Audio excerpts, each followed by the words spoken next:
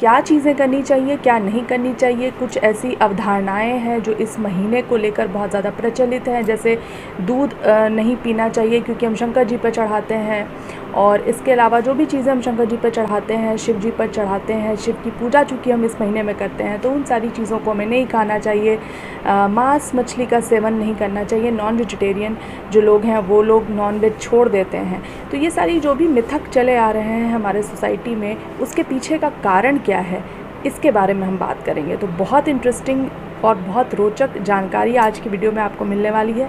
Video पूरा देखना आपके लिए बहुत ज़्यादा फ़ायदेमंद होने वाला है, तो वीडियो पूरा ज़रूर देखिएगा। पसंद आने पे इसे लाइक और शेयर कर दीजिएगा। मेरे चैनल पर अगर आप पहली बार मुझे देख रहे हैं तो प्लीज़ सब्सक्राइब बटन को क्लिक ज़रूर कर दीजिएगा। तो चलिए आगे बढ़ते हैं।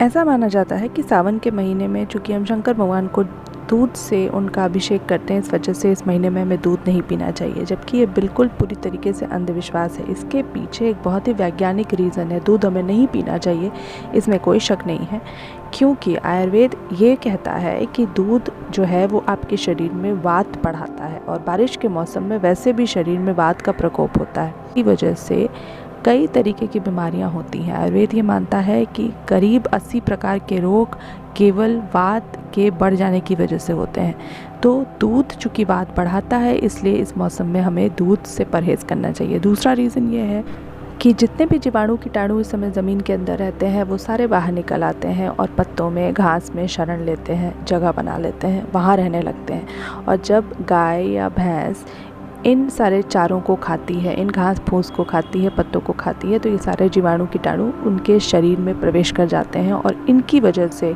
गायों का, भैंसों का दूध जो होता है वो दूषित हो जाता है, वो विष के जैसा हो जाता है। और आप अगर इस तरीके का दूध पिएंगे तो आपको भी कई तरीके के इन्फेक्शंस होने के चांसेस होते हैं। इस वजह से चूँकि हम दूध को फेंक नहीं सकते हैं, इसलिए शंकर भगवान पर इसे चढ़ाकर पुण्य भी मिल जाता है, और दूसरा आप इस तरीके के दूध से बच भी जाते हैं। जो भी चीज़ें स्वास्थ्य के दृष्टिकोण से अच्छी हैं, मैं बार बार कहती हूँ, उसे हमारे आयुर्वेद में या उसे हमारे धर्म में ऐसे पेश किया गया ताकि आप डर से ही सही इन सारी चीज़ों को फॉलो ना करें। इसके पीछे रीज़न बस यही था, कोई अंधविश्वास फैलाना कतई मकसद नहीं था इस तरीके की जितनी भी धारणाएं हैं उसको बनाने के पीछे।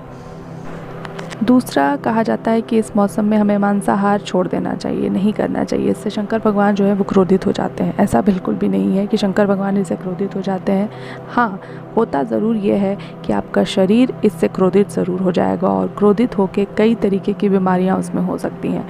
कहने का मतलब ये है कि मांसाहार जो है वो तामसिक भोजन है, और वैसे भी चूँकि हम शंकर भगवान की पूजा करते हैं, सावन शंकर भगवान का मौसम है, और आराधना पूजा करने के लिए तामसिक चीज़ों का त्याग ज़रूरी है।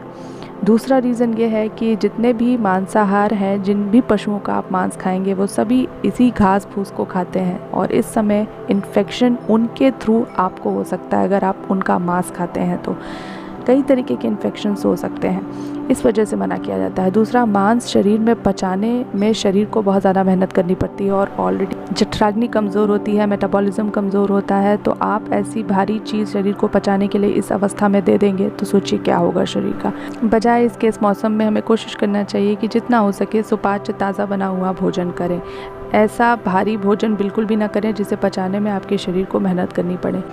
आगे आपने ये भी सुना होगा कि इस मौसम में हमें प्याज लहसुन भी नहीं खाना चाहिए, तो वो इस वजह से मना किया गया क्योंकि जब आपको इस चीज़ की मनाही कर दी जाएगी कि आपको प्याज लहसुन नहीं खाना है, तो ऑब्वियस सी बात है कि आप मांसाहार से भी दूर हो जाएंगे, क्योंकि बिना प्याज और लहसुन के आप मांस तो बना नहीं सकते हैं, स्वाद आएगा नहीं।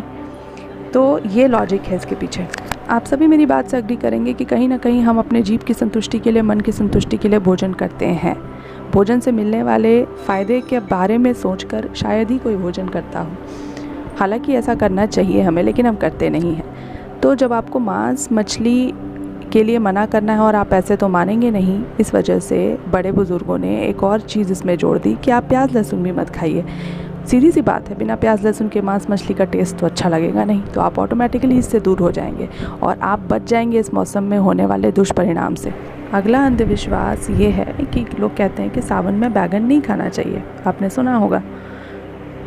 तो कुछ लोग ये मानते हैं कि बैगन जो है वो वायु बढ़ा देता है, गैस बना देता है, पचने में मुश्किल होता है, ऐसा बिल्कुल भी नहीं है। इस वजह से इसे मना किया गया, ऐसा भी नहीं है। बागभट्ट ये मानते हैं कि सब्जियों में सबसे अच्छी सब्ज़ी अगर कोई है तो वो है बैगन, क्योंकि बहुत आसानी से ये पच जाती है। तो ऐसा बिल्कुल भी नहीं है कि इसको खाने से गैस वगैरह बनती है इसलिए इसे मना किया जाता है, बल्कि इसे मना इस वजह से किया जाता है क्योंकि बैगन में वर्षा की ऋतु में कीड़े लग जाते हैं, और अगर इस तरीके की सब्ज़ी आप खाएंगे तो आपको इन्फेक्शन हो सकता है। दूसरा रीज़न ये है कि सावन और भादों के महीने में अक्सर स्किन इन्फेक्शन बहुत ज़्यादा होते हैं। तो अगर आपको इस तरीके का कोई इन्फेक्शन है और अगर आप बैगन खाते हैं तो आपको नुकसान हो सकता है, सिम्टम्स जो है वो ज़्यादा एग्रीवेट हो सकते हैं, इस वजह से मना किया जाता है। आयुर्वेद में भी हम मना करते हैं चर्म रोग की स्थिति में बैगन नहीं खाना चाहिए। तो ये थे कुछ ऐसे मिथक जो सावन के महीने से इस वजह से जोड़ दिए गए ताकि आप स्वस्थ रह सकें। हमारे पूर्वज बहुत ज़्यादा अक्लमंद थे और स्वास्थ्य के प्रति बहुत जागरूक थे। इन सारी चीज़ों से यही निष्कर्ष निकलता है। उम्मीद करती हूँ आज का वीडियो आपको पसंद आएगा। मिलते हैं अगले वीडियो में, तब तक के लिए stay healthy and stay fit.